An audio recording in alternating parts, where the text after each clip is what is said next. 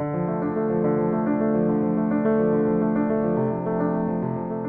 día soleado, estudiantes de psicología discutían las ramas de la filosofía y su relación con su campo de estudio.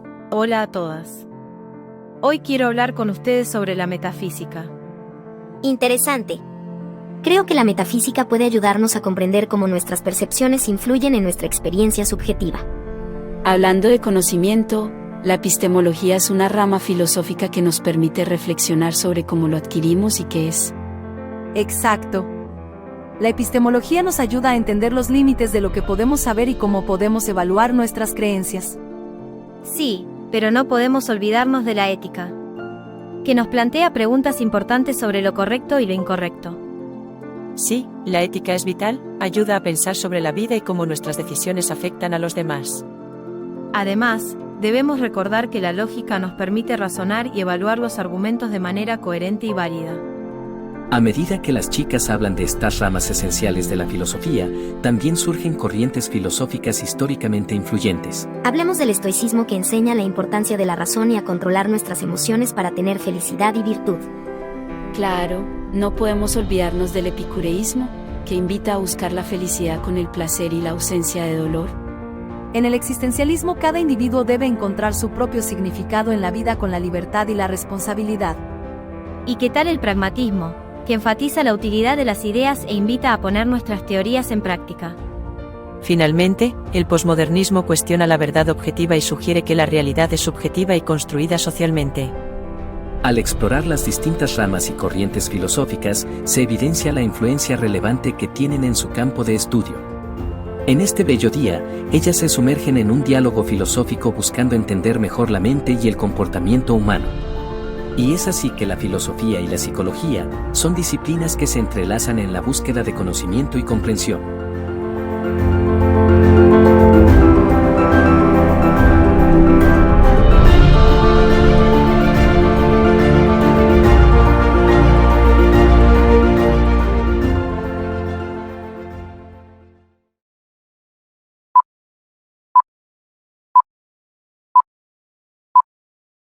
Bienvenidos. Aquí aprenderás sobre conocimiento científico y ciencia.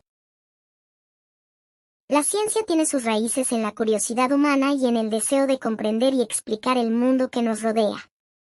A lo largo de la historia, se pueden identificar varios puntos de inicio de la ciencia, cada uno con contribuciones significativas. Uno de los puntos de inicio importantes es la antigua Grecia, donde filósofos como Tales de Mileto, Pitágoras y Aristóteles comenzaron a aplicar la razón y la observación sistemática para comprender la naturaleza. Aristóteles, en particular, desarrolló un enfoque basado en la lógica y la observación de los fenómenos naturales, sentando las bases para el pensamiento científico. Otros pensadores notables que contribuyeron al desarrollo de la ciencia y el método científico fueron Galileo Galilei, René Descartes e Isaac Newton. Mario Bunge, un reconocido filósofo del siglo XX, sostiene que la ciencia es un sistema de conocimiento que se basa en la aplicación rigurosa del método científico. Considera que la ciencia es racional y sistemática y busca comprender el mundo natural a través de la observación, la experimentación y el razonamiento lógico. Bunge destaca que la ciencia se caracteriza por los siguientes aspectos: objetividad, rigor, sistematicidad, generalidad, predictibilidad y control. Las divide en dos ramas principales: ciencias formales y ciencias fácticas o empíricas. Las ciencias formales son aquellas que se ocupan del estudio de las estructuras e ideas abstractas, como las matemáticas y la lógica. Estas ciencias se basan en la deducción y no en la observación empírica. Las ciencias fácticas o empíricas son las que se encargan del estudio de los hechos y fenómenos del mundo natural y social mediante la observación, la experimentación y la recopilación de datos. Ejemplo: la física, la química, la biología, la psicología y la sociología. Muchas gracias por su atención. Hasta el próximo video informativo.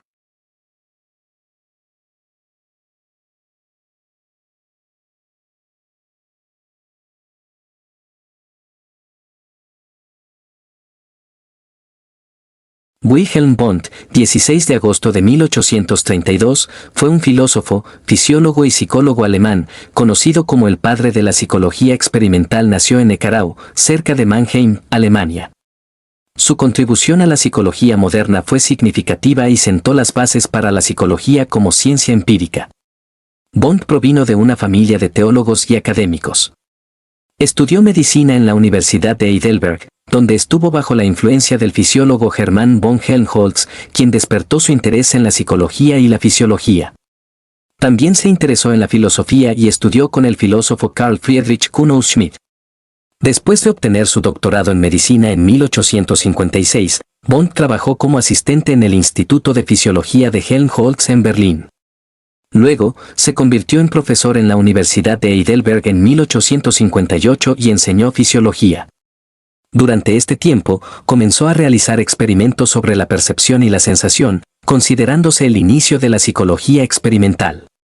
En 1875, Wundt fundó el primer laboratorio de psicología experimental en la Universidad de Leipzig, Alemania.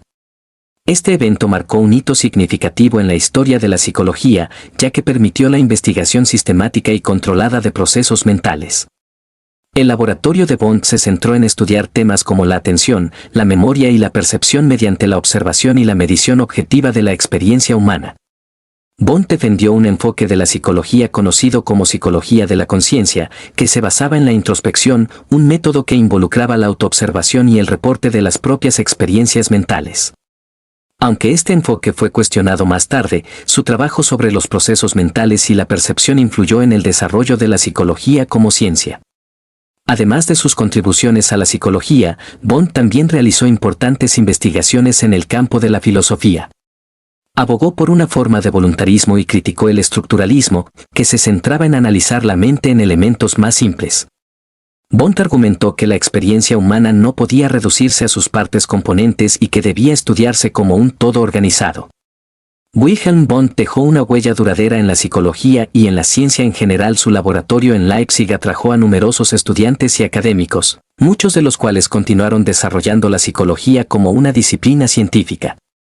Sus ideas y enfoques influyeron en los primeros psicólogos estructuralistas y funcionalistas en los Estados Unidos y en otros lugares.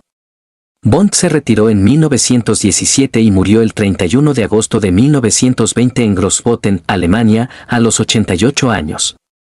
Su legado continúa en la psicología moderna, aunque algunos de sus enfoques han sido objeto de críticas y revisión a lo largo del tiempo. Sin embargo, su papel en el establecimiento de la psicología como una ciencia experimental es innegable y su trabajo sigue siendo una parte fundamental en la historia del campo de la psicología.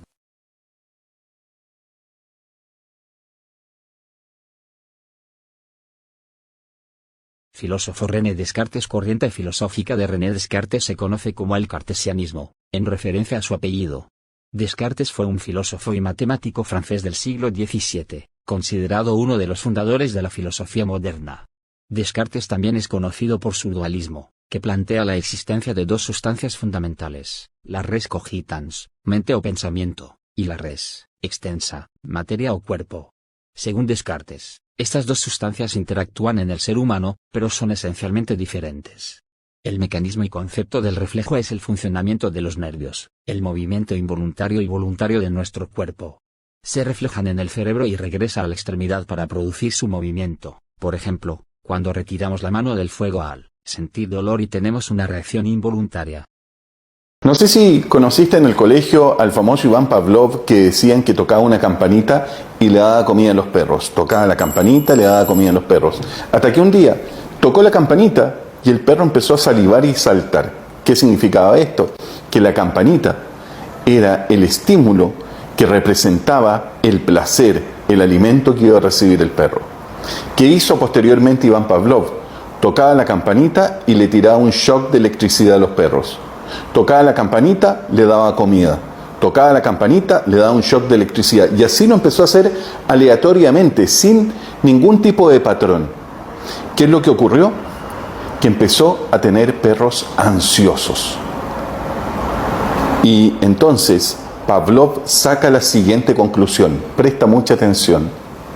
Dice, la ansiedad es la expresión sentida a nivel emocional de no saber si un estímulo voy a recibir placer o dolor. Como no sé si voy a recibir placer o dolor, me pongo ansioso. La Universidad Domingo Savio, la carrera de psicología del primer semestre aborda el tema Influencia del positivismo de Comte en la teoría conductista de Piaget, un análisis comparativo. Es fundamental que los profesionales de la psicología se esfuercen por adquirir una comprensión amplia y actualizada de las distintas corrientes psicológicas y sus enfoques terapéuticos, no solo por razones teóricas, sino también por razones éticas. Esto les permitirá brindar una atención ética y de calidad. El positivismo de Comte, un enfoque filosófico y científico, se caracteriza por su énfasis en la observación y medición rigurosa de los fenómenos naturales y sociales, y su búsqueda de leyes y regularidades que puedan explicar y predecir el comportamiento humano. Por otro lado, la teoría conductista de Piaget se centra en el estudio del desarrollo cognitivo de los individuos, enfatizando el papel de la experiencia y la interacción con el entorno en la formación de las estructuras mentales. El análisis comparativo sobre la influencia del positivismo de Comte en la teoría conductista de Piaget revela varias similitudes y diferencias entre ambos enfoques. A continuación, se presentan las conclusiones principales. Similitudes. Ambos enfoques reconocen la importancia de la observación empírica en el estudio del comportamiento humano y el desarrollo cognitivo. Tanto el positivismo de Comte como la teoría conductista de Piaget valoran la recopilación de datos empíricos para comprender los fenómenos en cuestión.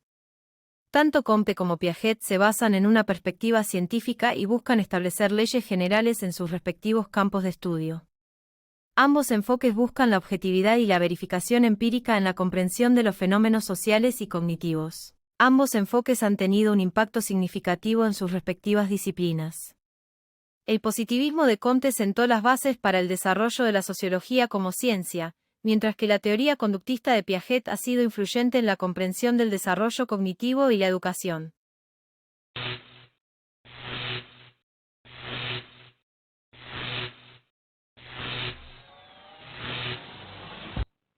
Universidad Privada Domingo Savio.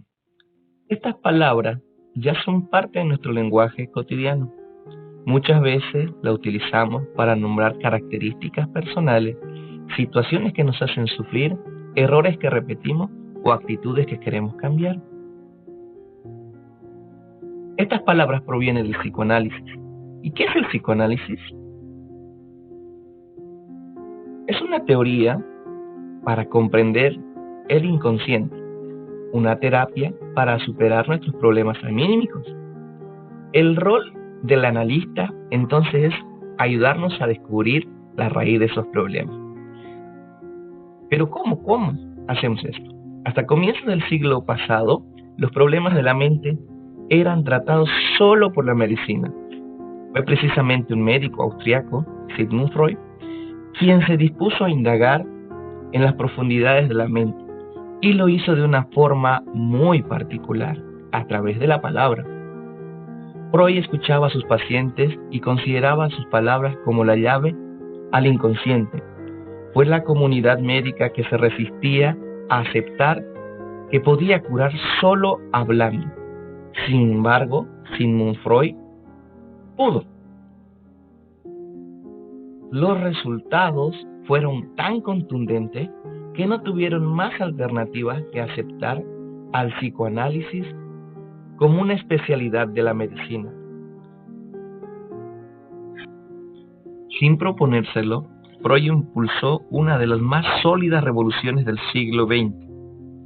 Sigmund Freud nace en Hindenburg, una ciudad que en 1856 pertenecía al Imperio Austrohúngaro. Sus padres eran comerciantes judíos y cuando tenía 1 año de edad se mudaron a Viena. El pequeño Sigmund mostró desde muy temprano el gran interés por saber cómo funcionaba la mente. Estudió medicina, quería ser un científico y dedicarse a la neurofisiología. Sus primeras investigaciones se centraron en las células nerviosas y fueron decisivas para su futuro trabajo, pero hacia 1890 había resistencia para que los judíos ocuparan una posición importante en la academia. Así que Freud decide continuar como médico general en el Hospital General de Viena, la misma Viena por donde pocos años después pasaría otro muchacho cuyo nombre, Adolf Hitler, se convertiría en sinónimo de horror de la humanidad.